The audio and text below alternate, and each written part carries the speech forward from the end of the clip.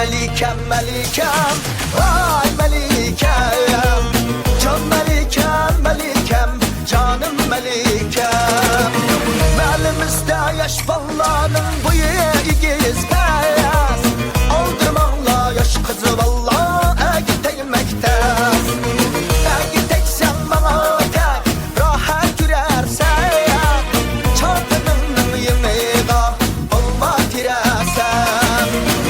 Melikem melikem vay melikem Can melikem melikem canım melikem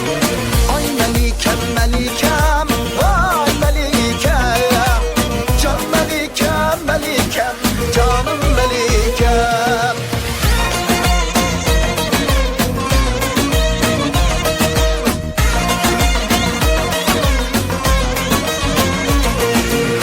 Çapanımın yeğenini Başımda koydum tenini Çapanım